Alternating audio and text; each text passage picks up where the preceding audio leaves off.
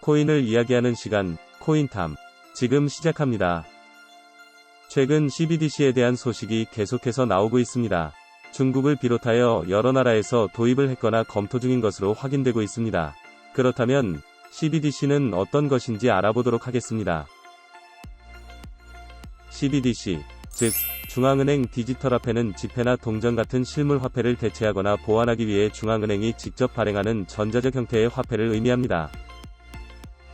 돈이라는 얘기죠. 다만 손에 잡히거나 형태가 보이는 돈이 아닌 디지털화되어 있는 돈을 말합니다. 중앙은행, 우리나라로 따지면 한국은행에서 발행하는 디지털 돈이 바로 CBDC입니다. 지금 우리가 사용하는 돈이 이미 있는데 디지털 돈을 굳이 만드는 이유는 무엇일까요? 2009년 비트코인이라는 첫 가상화폐의 등장 이후 수많은 가상화폐가 개발되고 가상화폐의 가치가 급상승하며 하나의 자산으로서 사람들에게 인식되었습니다. 가상화폐는 여러 종류로 나뉘는데 그중 하나의 종류가 바로 스테이블 코인입니다. 스테이블 코인은 기존의 화폐와 동일한 가치를 지닌다는 것이 가장 핵심적인 정의인데 그로 인해 기존 화폐를 대체하는 수단으로 사용되는 현상이 나타나게 되었습니다. 기존의 화폐가 있는데 굳이 왜 스테이블 코인으로 대체해서 쓰는가에 대한 의문이 생길 수 있는데 그것은 자금 이동 규제와 같은 제한을 피해 자금을 유통시킬 수 있다는 장점이 있기 때문입니다. 예를 들면 미국의 테더 리미티드사에서 발행한 테더라는 스테이블 코인은 미국 달러와 1:1로 연동되는데 이 테더를 중국을 포함한 동아시아의 여러 나라에서 달러의 대체제로 이용을 하고 있습니다. 자금의 이동이나 흐름에 대한 미국의 규제나 제한을 피하기 위한 수단으로 사용되는 것이죠. 그리고 페이스북에서 발행 예정이었던 리브라라는 스테이블 코인도 있습니다. 리브라는 법정통화 바스켓으로 이루어져 세계 어디에서나 결제 수단으로 통용될 수 있는 기능을 가진 가상화폐였습니다. 이와 같은 페이스북의 계획이 발표되자마자 전 세계의 많은 기업들이 앞다투어 리브라의 개발에 투자를 진행했습니다. 하지만 많은 나라의 정부들이 각국의 화폐와 금융의 안정성을 페이스북이 내놓은 가상화폐 리브라에게 빼앗길 것을 우려하여 리브라의 개발 중단을 요청했습니다.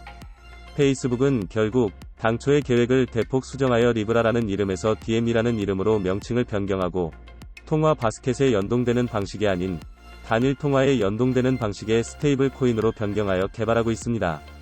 화폐가 곧 권력이라는 말이 있듯이 모든 국가는 화폐 주권이 위협받는 것을 용납하지 않습니다. 화폐를 발행할 수 있는 고유한 발권력을 화폐 주권이라고 합니다.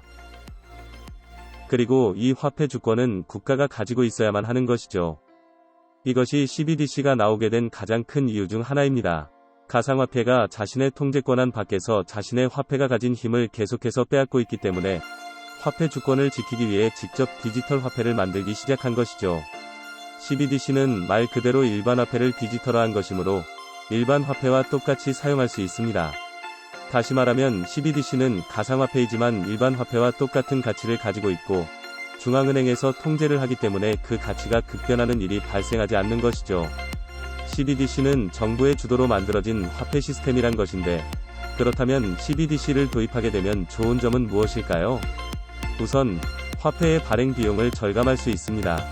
2019년 통계에 따르면 손상된 화폐 폐기 및 발행에 들어간 비용이 약 900억 원이었다고 합니다. 아주 큰 금액인데요. CBDC를 통해 화폐의 발행이 줄어들게 되면 화폐 관리에 들어가는 비용도 큰 폭으로 줄어들게 될 것이므로 비용 절약이 될 수 있습니다. 그리고 자금 세탁, 탈세 등과 같은 범죄를 추적하는 데도 도움이 됩니다.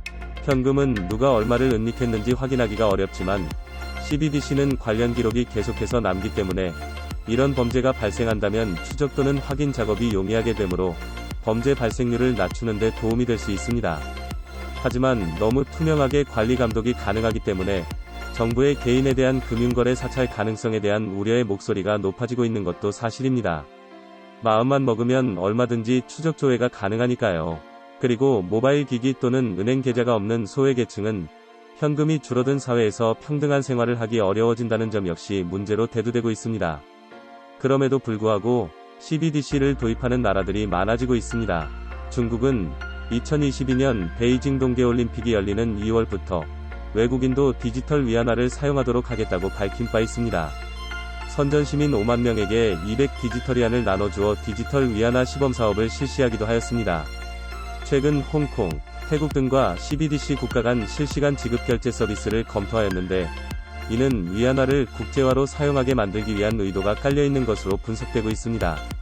미국도 최근 코로나19 경기부양 지급결제 수단으로 CBDC의 활용이 언급되자 제롬 파웰 미국 연방준비제도 의장이 2023년 디지털 달러 공개를 예상하는 발언을 하기도 했습니다. 스웨덴 역시 중앙은행 소액결제용 CBDC 시범사업인 이크로나 프로젝트를 실시했습니다.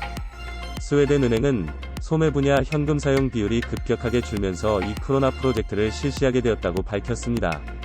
캐나다와 싱가포르는 도매 디지털화폐 발행을 거액 지급 결제 시스템의 효율성 제고로 연계하기 위한 방안을 강구하고 있으며, 신흥국의 경우에는 인구가 적고 현금 이용이 감소 추세인 경우나 지급 결제 서비스 등 금융 서비스가 미흡한 나라, 예를 들어 우루과이나 튀니지 등에서 이를 보완하기 위한 목적으로 중앙은행이 디지털화폐의 발행을 시도하고 있습니다.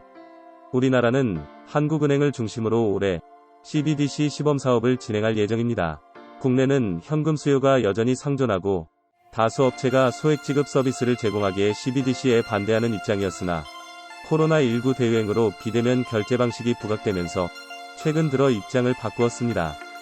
최근 중앙은행 디지털화폐 모의 실험 연구라는 CBDC의 운영과 관리를 위한 IT 플랫폼을 모의 구축하고 그 실용성과 안정성을 검증하는 사업에 삼성 SDS, LG CNS, SK CNC 등 주요 SI 업체와 네이버 파이낸셜 라인플러스 등 네이버 계열사, 그리고 그라운드X 등 카카오 계열사가 입찰을 하였습니다.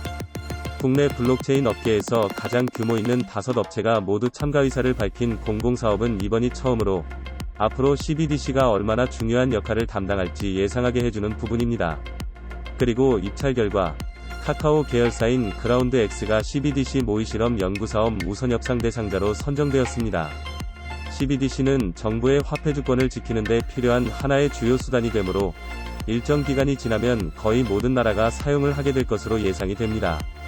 다만 CBDC가 일으킬 수 있는 여러가지 문제점에 대한 보완책 역시 마련되어야 하므로 눈 깜짝할 사이에 이루어지기는 어려울 것 같습니다. 지금까지 코인을 이야기하는 시간, 코인탐이었습니다.